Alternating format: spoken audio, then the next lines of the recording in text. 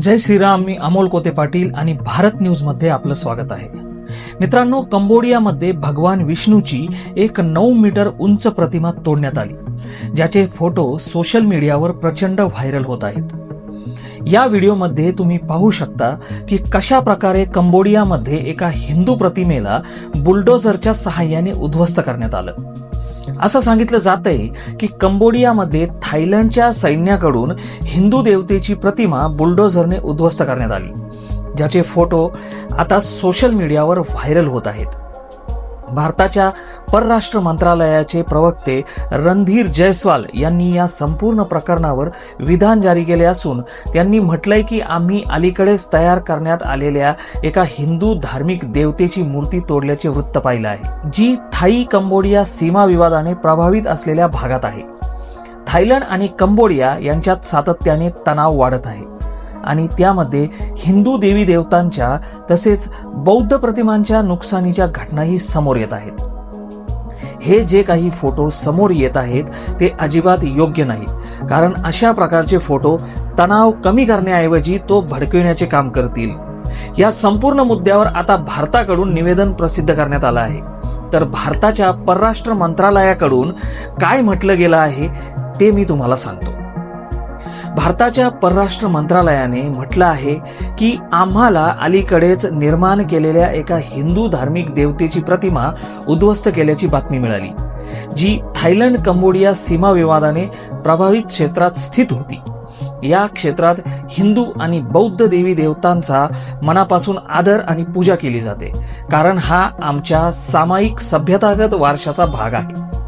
प्रादेशिक दाव्यानंतरही अशा प्रकारचे अपमानजनक कृत्य जगभरातील अनुयायांच्या भावना दुखावते आणि असे घडू दिले जाऊ नये. आम्ही पुन्हा एकदा दोन्ही बाजूंना संवाद आणि मुत्सद्देगिरी परतण्याचे, शांतता प्रस्थापित करण्याचे आणि पुढे कोणत्याही प्रकारची जीवितहानी तसेच मालमत्ता आणि वारशाचे नुकसान टाळण्याचे आवाहन करतो.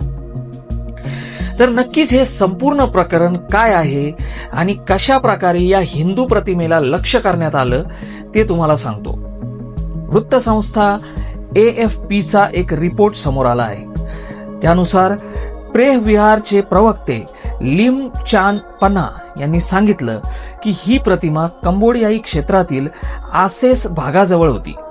चांदपना यांनी पुढे सांगितलं की 2014 मध्ये निर्माण केलेली भगवान विष्णूची ही प्रतिमा सोमवारी म्हणजेच 22 डिसेंबर रोजी थायलंडच्या सीमेपासून सुमारे 100 मीटर म्हणजे 328 फूट अंतरावर उद्ध्वस्त करण्यात आली आहे.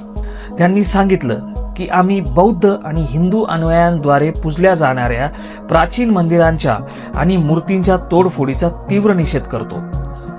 या संपूर्ण प्रकरणावर त्यांच्याकडून माहिती देण्यात आली.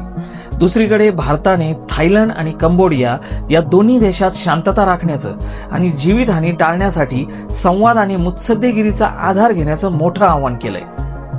दोन्ही देशांमधील चकमकी जुलैमध्ये सुरू झाल्या होत्या आणि अमेरिकेचे राष्ट्राध्यक्ष डोनाल्ड ट्रम्प यांच्या मध्यस्थीने झालेल्या युद्धविरामानंतरही या महिन्यात संघर्ष पुन्हा सुरू झाला आहे.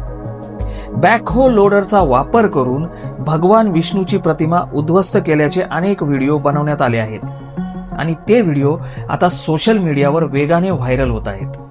हे जे सर्व फोटो समोर येत आहेत ते अजिबात योग्य नाहीत, कारण दोन देशांमधील युद्धासाठी कोणाच्याही वारशाचे नुकसान केले जाऊ नये, विशेषतः कोणाच्याही धार्मिक भावना दुखावू नयेत. ही माहिती तुम्हाला कशी वाटली व कंबोडिया आणि थायलंडमध्ये जे घडतंय त्यावर तुमचं मत काय ते कमेंटमध्ये नक्की कळवा आणि असेच माहितीपूर्ण व्हिडिओ बघण्यासाठी भारत न्यूजला सबस्क्राईब करायला विसरू नका. भेटूया पुढच्या व्हिडिओमध्ये. तोपर्यंत जय श्रीराम.